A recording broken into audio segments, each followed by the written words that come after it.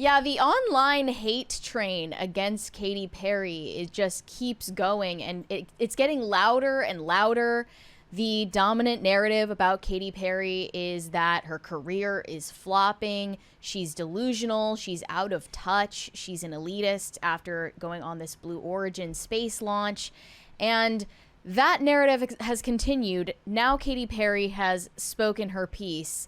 In response to a fan account on Instagram, she posted this long rant talking about how she feels battered and bruised by the internet and the cyberbullying that she is victim to. So I'm just going to go through her full statement here. Okay. She said in response to this fan account, "I'm so grateful for you guys.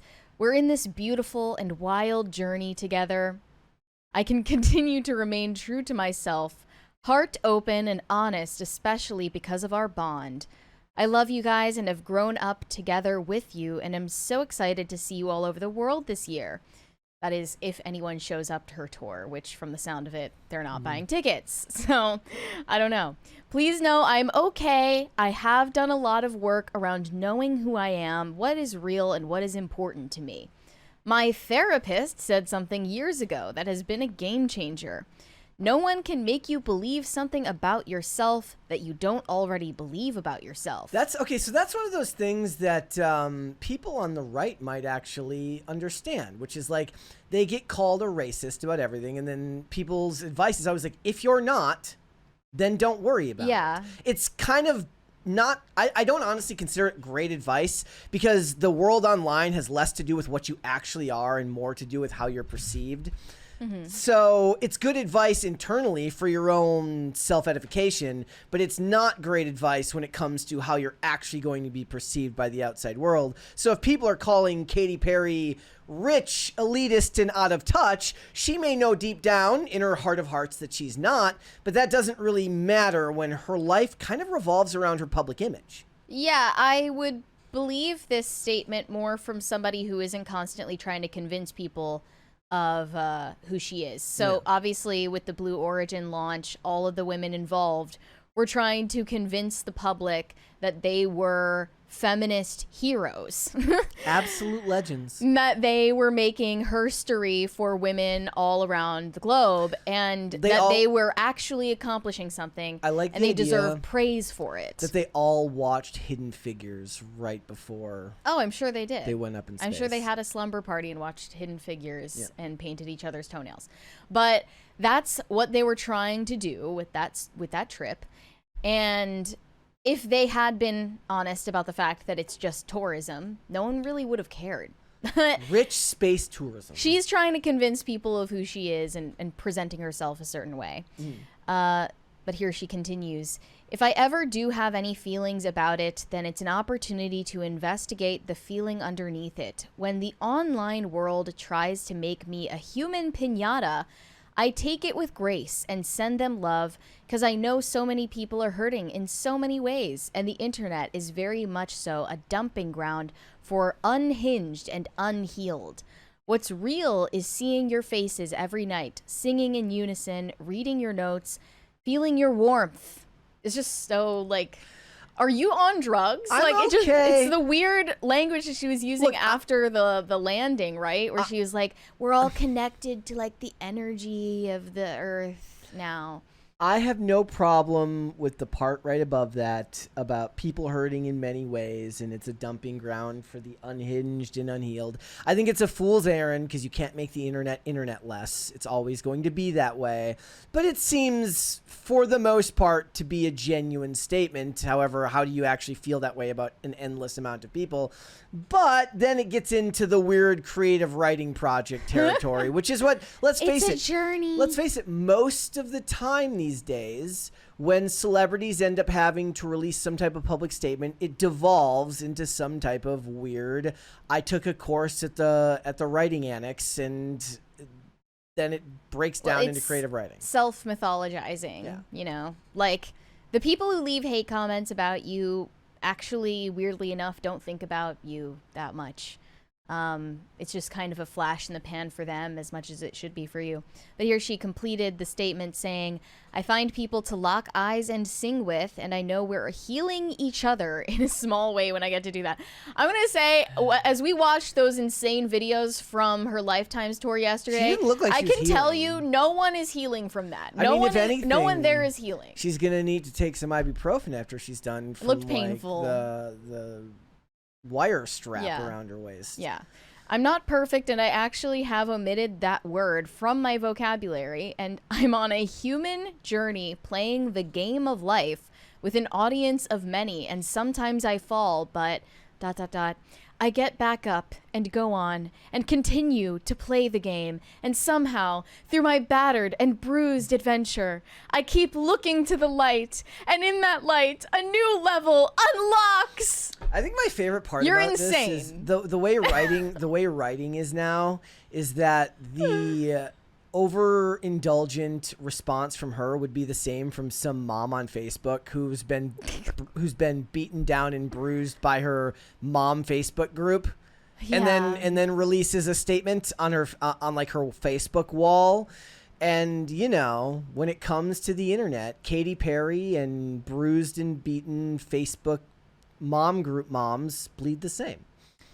It's true. Yeah. The toxicity of Facebook mother groups is I mean, really anybody on not Facebook. to be underestimated. Anybody who's on Facebook. But that specifically, that kind of community specifically is like maybe the most toxic you can find. I would online. like to know, like, there should be studies done about the fact that as people grow in popularity, dissent to whatever it is you're doing will grow, I guess, in a commensurate rate, right? Like, for as much fame as you get. When does it officially become desensitizing to a person? Where it's like, okay, I've reached a modicum of success. Now I'm starting to get people that don't like me, and people comment on me because it's beneficial to them to engage with me and say negative things, and I rub some people the wrong way. At one point, do you care? And then you've reached a point where you have so many people being mean to you, you just kind of tune it out. When you have enough money to hire someone to run your social yourself, media for you. Yeah, which That's means when that happens. people who are making a career on social media themselves are kind of putting themselves in their own prison of sorts. Yeah, I agree. Yeah, there's not really a solution other than just being a sociopath. I mean, I've spoken to people who work in this industry who talk about how, you know, that like there's a certain point where you're gonna have to get comfortable with getting all sorts of vile stuff spewed about you. Mm-hmm. And for Katy Perry, it's weird because like I don't agree with it, but I get it when it comes to politics because people have been bred into believing that the end is nigh. Look, I think she's just kind of behind the times. She's not really caught up with where pop feminism has headed in recent years. She's still living in the 2010s girl power pop music era where feminism truly was just about like wearing lipstick and high heels and being empowered and, you know, watching Sex in the City.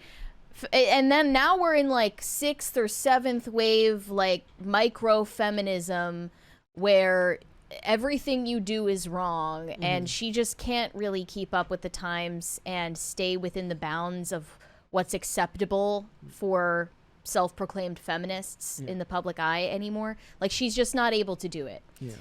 And despite the fact that the hate continues piling on Katy Perry, some people are still defending her, including one of her former critics, Lily Allen.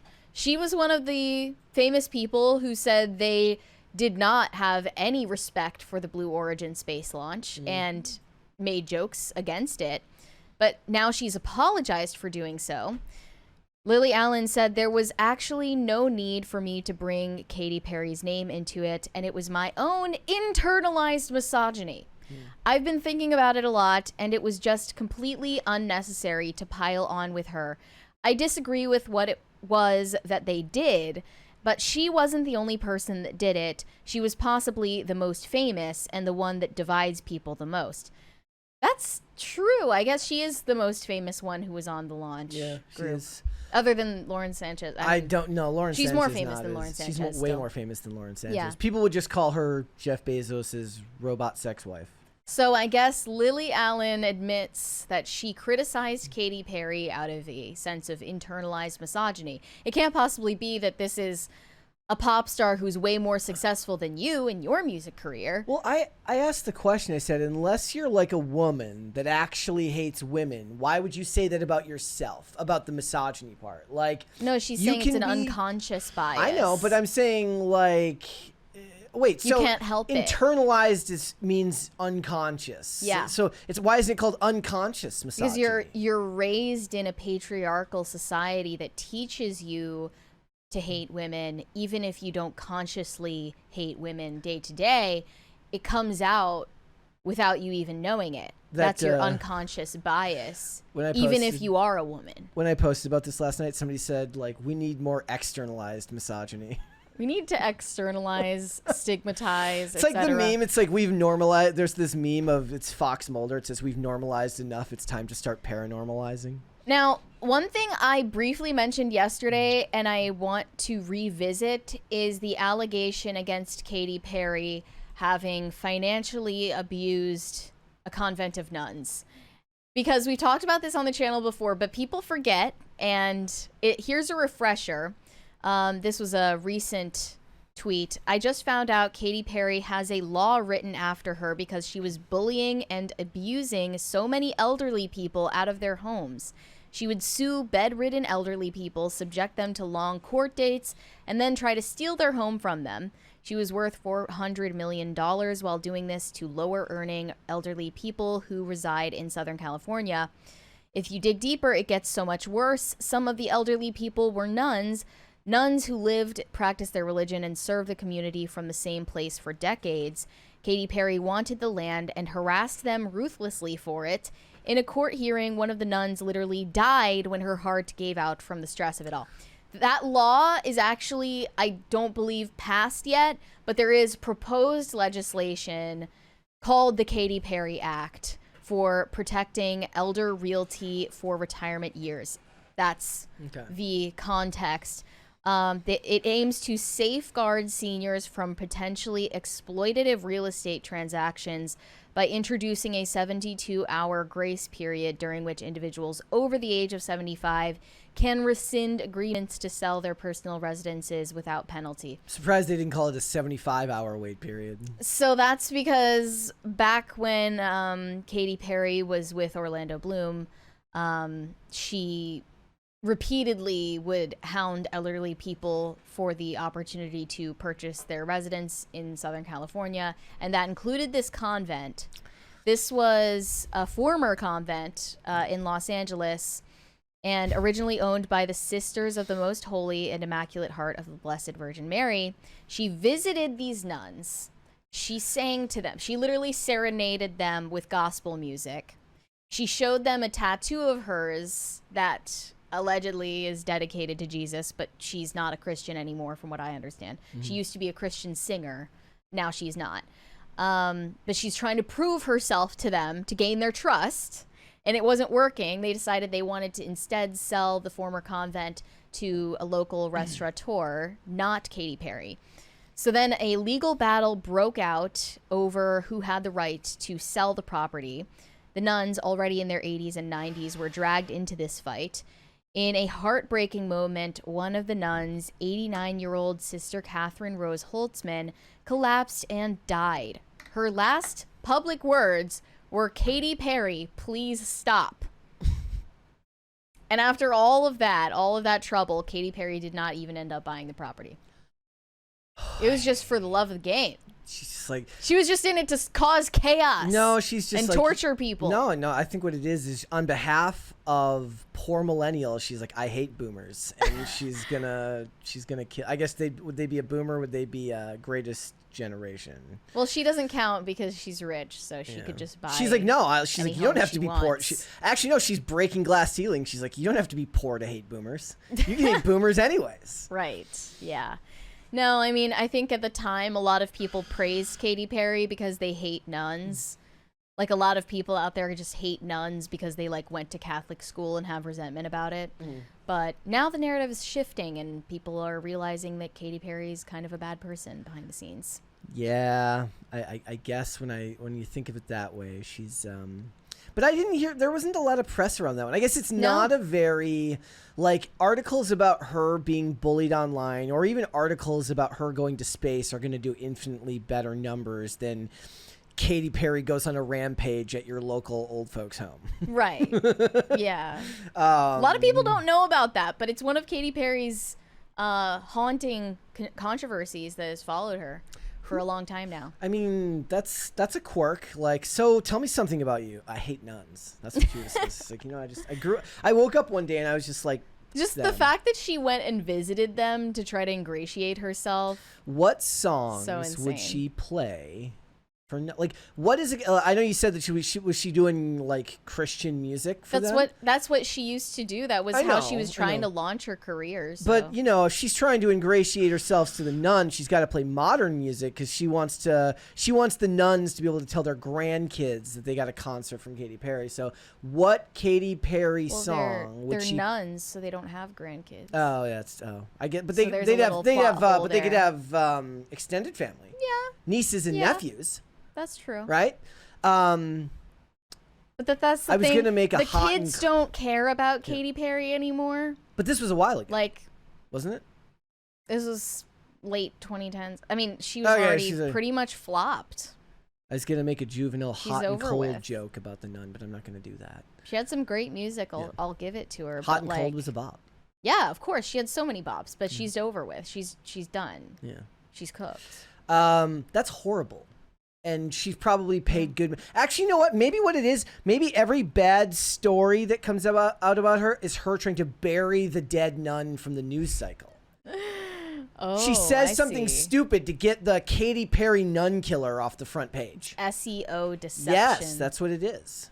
Thanks for watching. Listen to full episodes of Pop Culture Crisis on Spotify. Keep up with us on social media and make sure you subscribe and ring that bell so you never miss the show. Bye, guys.